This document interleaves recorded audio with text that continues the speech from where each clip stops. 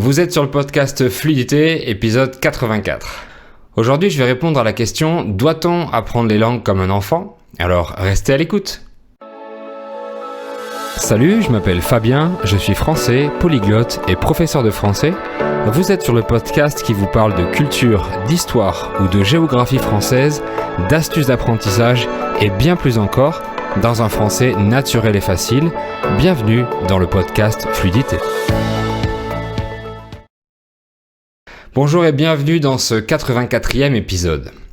Pour commencer, je voudrais remercier les nouveaux membres du club VIP de la semaine dernière. Donc leur prénom s'affiche sur la vidéo YouTube. Si vous voulez aller plus loin dans votre progression en français, vous pourrez trouver du matériel pour tous les niveaux dans le club VIP. Il y a la liste de vocabulaire PDF en relation avec l'épisode, les transcriptions bilingues des épisodes, des lives YouTube de grammaire. Il y a aussi un autre podcast privé où j'explique la grammaire en contexte des épisodes. Vous aurez aussi accès au groupe Telegram privé et au serveur Discord privé pour participer aux chats vocaux et vidéos hebdomadaires avec les autres membres du club VIP. Et encore plein d'autres matériels disponibles. Donc je vous mets le lien sur les plateformes de podcast et sur YouTube pour vous inscrire. Vous êtes libre de rester autant de temps que vous voulez et vous avez une réduction de 10% si vous prenez l'abonnement annuel en ce moment. Justement, si vous m'écoutez en podcast, vous pouvez voir la version vidéo sur YouTube avec les sous-titres en français, en espagnol, en anglais ou en portugais, pour tous les niveaux. Donc je vous laisse le lien dans la description de l'épisode pour pouvoir y accéder. On entend ou on lit parfois qu'on doit apprendre les langues étrangères comme un enfant, mais est-ce que c'est vrai ? Est-ce que vous apprenez plus vite qu'un enfant ? Moins vite ? Est-ce que les adultes apprennent mieux ou moins bien que les enfants ? Bref, je vais répondre à tout ça. Je vais vous expliquer les points communs et les différences entre l'apprentissage d'un adulte et celui d'un enfant et quelles conséquences il y aura pour votre apprentissage du français. Parce que, je vous donne la réponse maintenant, on n'apprend pas exactement une langue étrangère comme un enfant apprend sa langue natale. Oui et non. On dit qu'on doit apprendre comme un enfant parce que c'est attractif, ça nous fait penser à l'univers du jeu. On pense qu'on va apprendre sans effort et en s'amusant et qu'on va apprendre sans apprendre. Alors que d'un autre côté, apprendre comme un adulte, ça fait pas vraiment envie puisque c'est synonyme d'effort, de difficulté et de peine. C'est synonyme d'étudier avec des livres, faire des exercices, recevoir des explications compliquées, etc. Mais on oublie qu'un enfant fait quand même des efforts pour apprendre sa langue natale et ça lui prend beaucoup de temps. Un enfant a besoin d'environ 6 ans pour commencer à bien parler et environ 10 ans, 11 ans pour bien écrire. Alors que pour un adulte, s'il vous faut 6 ans pour commencer à bien parler la langue étrangère et 10 ans pour bien l'écrire, ça va être un peu long. Et de 0 à 6 ans, un enfant va très souvent bafouiller, il va faire beaucoup d'erreurs, il va être mal compris de temps en temps. Donc c'est pas si facile, sauf que l'enfant n'a aucune honte de se tromper, aucune peur d'être mal compris, et les personnes à qui il parle ont la meilleure patience du monde envers eux. Donc ce sont des efforts par lesquels tout le monde est déjà passé, mais on s'en souvient pas. C'est comme pour nos premières dents, on se souvient pas de la douleur qu'on a eue. Mais en étant adulte, on n'a pas envie de faire des erreurs parce qu'on nous a appris, à tort, que c'était mal. On a envie d'être compris dès la première fois, alors que c'est pas toujours possible et les personnes avec qui on va parler ne sont parfois pas patientes. Ensuite, il faut pas penser qu'on apprend seulement en jouant. C'est bien que l'apprentissage d'une langue étrangère soit un peu ludique, avec des gains de points, des récompenses, de la compétition, etc. Mais malheureusement, c'est souvent une approche beaucoup trop superficielle de la langue, alors que c'est moins divertissant de vouloir augmenter son niveau de manière plus sérieuse et efficace. Donc souvent, certaines applications ou méthodes vous proposent un apprentissage amusant, mais trop facile pour pouvoir bien avancer. Pour progresser efficacement et durablement, vous aurez besoin de faire un certain pourcentage d'efforts, souvent désagréables.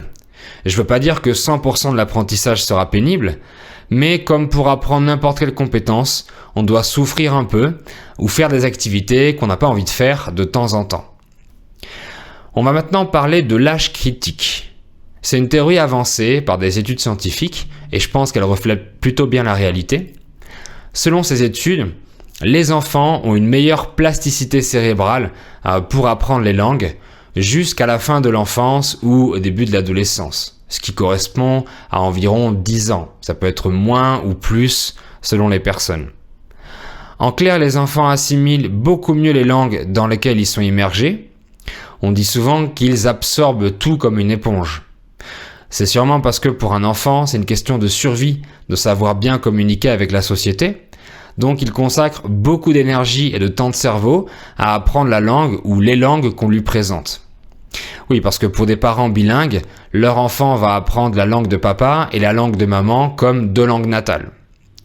En dessous de cet âge critique, l'enfant va apprendre sa langue maternelle de façon complètement implicite. J'en ai parlé dans la vidéo sur grammaire ou vocabulaire, et je disais que nous avons tous appris notre langue natale sans en connaître les règles de grammaire, ni sans recevoir aucune explication, seulement des corrections des parents.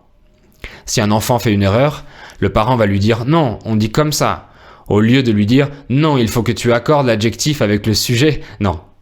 Bien sûr que non, parce que l'enfant n'est pas encore capable de raisonner logiquement pour appliquer les règles.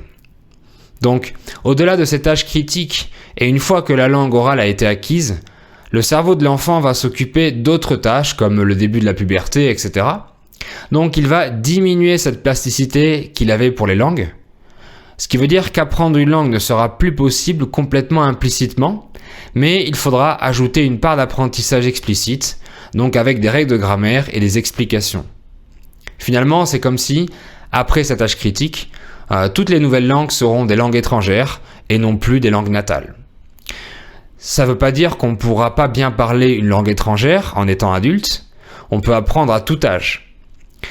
Donc par exemple, si vous avez des enfants en bas âge, par exemple 2 enfants de 4 et 6 ans, et que vous partez vivre dans un autre pays en famille, voilà ce qui va se passer. Vos enfants vont apprendre la langue étrangère du pays plus lentement que vous, mais leur niveau final sera plus haut, presque comme une langue natale. Et vous, en tant qu'adulte, vous apprendrez plus vite, mais vous irez à un niveau final plus bas que vos enfants, comme une langue étrangère. Je dis un niveau final, mais c'est un niveau plateau où on progresse très très peu. Il y a plusieurs explications à ça. En étant adulte, vous apprendrez de façon implicite en majorité, mais en vous aidant de la grammaire explicite, en vous aidant de votre logique de raisonnement pour mieux comprendre et mieux parler. Donc vous allez décoder la langue plus rapidement que les enfants.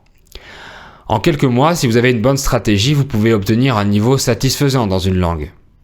Contrairement à l'enfant qui apprendra la langue de ce pays 100% implicitement, sans règles, donc il mettra plus de temps à décoder la langue et à la comprendre, mais il assimilera et va l'acquérir beaucoup mieux.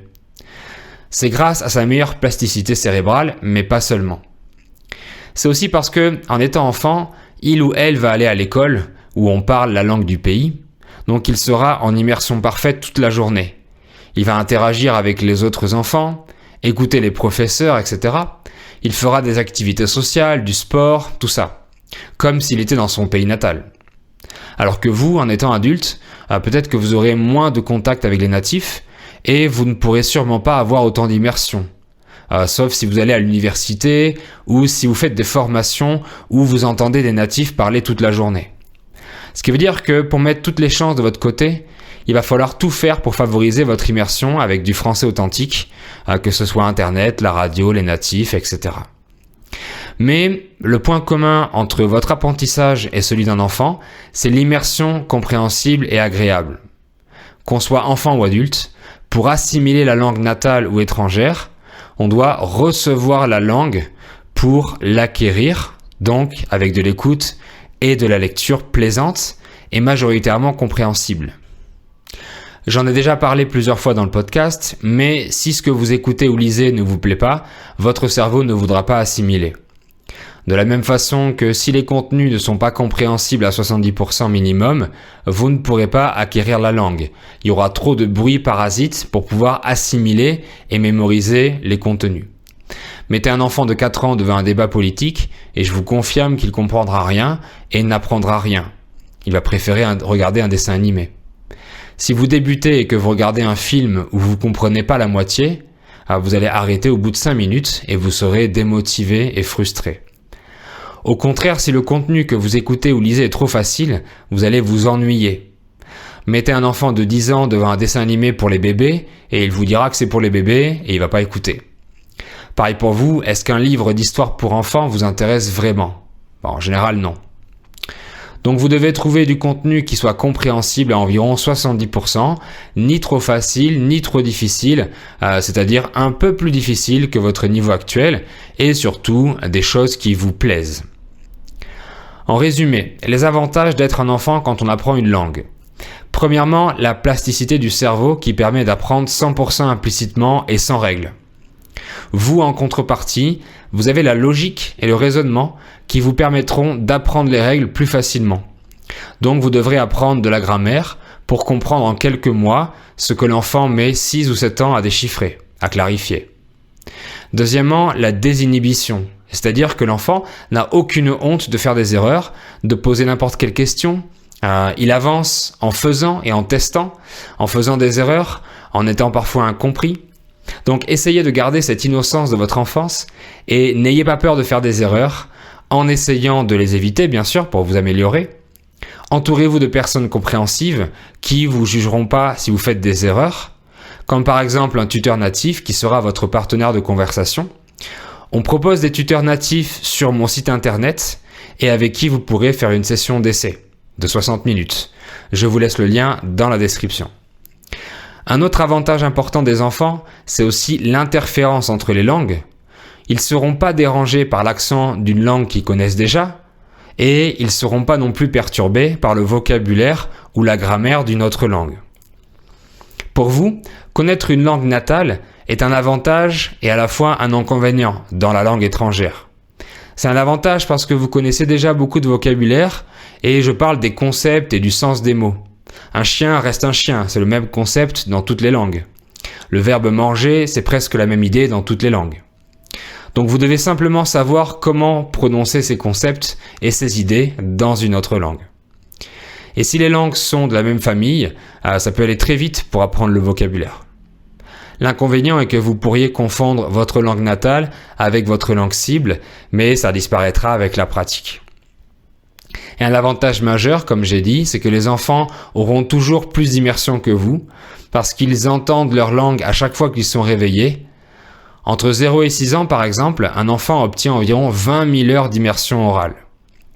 Et pour vous, essayez de recréer ce que font les enfants. Écouter, interagir, parler, poser des questions, utiliser la langue de façon naturelle, écouter des choses authentiques, des histoires, etc. Vous savez que les enfants doivent avoir des relations sociales. C'est vital pour leur développement et pour apprendre la langue. Donc, c'est vital pour vous aussi. En résumé, on peut apprendre une langue à tout âge. Il y a des avantages et des inconvénients à apprendre une langue en étant adulte par rapport à un enfant. On apprendra un peu différemment des enfants et la langue étrangère ne se transformera pas en langue natale. Mais on peut atteindre un très bon niveau si on a la bonne stratégie, le bon état d'esprit et la bonne motivation. Et on doit se faire plaisir dans notre apprentissage, mais soyez conscient que ce ne sera pas tout le temps du jeu et de l'amusement si on veut faire des progrès. Voilà, c'est tout pour cet épisode. Vous pouvez me poser vos questions ou me donner vos suggestions dans les commentaires. Ils seront tous les bienvenus et je réponds à tout le monde. Mettez un like si vous l'avez aimé. Merci beaucoup de l'avoir suivi et on se dit à très bientôt dans le podcast ou sur ma chaîne. Au revoir. Abonnez-vous en cliquant à droite et vous êtes libre de regarder une autre vidéo en cliquant à gauche.